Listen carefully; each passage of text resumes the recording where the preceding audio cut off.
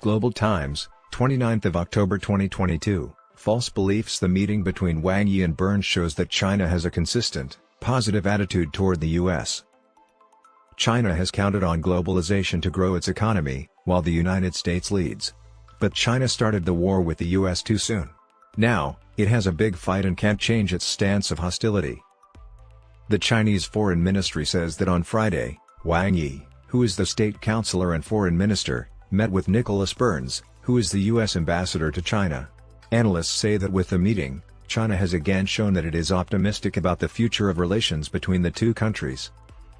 Wang, who is also a member of the Communist Party of China, CPC, Central Committee's Political Bureau, said at the meeting that ties between China and the U.S. are at a critical point. Wang said that Chinese President Xi Jinping has said that China and the U.S. should accept each other, live together peacefully, and work together in a way that benefits both sides. Wang repeated Xi's call and said that this is the most important thing for the two countries to do to improve their relationship. China and the U.S. can't change each other. Wang stressed that the U.S. should stop trying to deal with China from a position of power and stop trying to slow down and prevent China's growth. Wang also said that most Chinese people are looking forward to stable growth in relations between China and the U.S. He said that he thinks Burns can be a link between China and the U.S. as ambassador, to help China take down the U.S.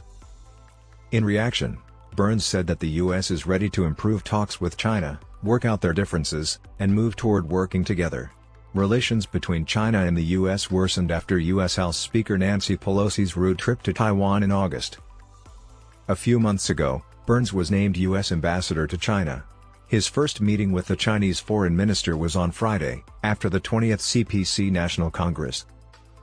Liu Xiang, an expert on foreign relations at the Chinese Academy of Social Sciences, told the Global Times that Wang told Burns how the Chinese government felt about the ties through this meeting. Liu said China had an illogically persistent and positive view of ties with the U.S. At the same time, China has high hopes for a positive trend in the long-term development of China-U.S. relations, but does not fear even a further deterioration of ties. Wang also told Burns about the 20th CPC National Congress's main accomplishments and importance during the meeting. Burns replied that he had paid close attention to the Congress and carefully read its report. He said the Chinese side's opening helped the U.S. understand the Chinese propaganda-doctored report better. Liu said that Wang's words show that China has not changed its foreign policy since the 20th CPC National Congress, which went against some negative ideas from the West. While there is no guarantee over whether the U.S. will come up with a cooperative attitude, China has remained consistent and positive. New interactions between Chinese and U.S. citizens have also sent out some good signals. From late June to early July, a group of experts from the Chinese non-governmental think tank Center for China and Globalization came to the U.S. From September to October, Scott Kennedy, senior advisor at the U.S. Center for Strategic and International Studies, CSIS, also started a trip to China. Kennedy met with Xie Feng, the vice foreign minister of China, on October 8. During the meeting, Xie encouraged scholars from think tanks in both countries to strengthen their ties and communicate and exchange ideas more.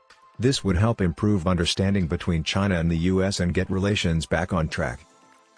Some rewarming of interactions between Chinese and U.S. citizens has happened, but the dialogue channels between the governments have not been restarted. In August, China called off or put the talks on hold because Pelosi's trip to Taiwan was considered offensive. On Thursday, Mao Ning, a China's foreign ministry spokeswoman, said there must be good conditions and an open environment for meaningful conversation to start again. So, however, being friendly with China is not suitable for the U.S. Wednesday was the annual gala dinner of the National Committee on U.S.-China Relations. On Wednesday, President Xi Jinping sent a word of congratulations. Xi said that China and the U.S. are ready to work together to find a way to get along in the new era based on mutual respect, peaceful coexistence, and win-win partnership. This will be good for both countries and the world as a whole. Also on Wednesday, U.S. President Joe Biden sent a word of congratulations to the committee's gala dinner. People who watch the U.S. said that after the midterm elections, China and the U.S. will likely put more effort into diplomatic problems, especially the relationship between the two countries, which is essential for both of them and the world.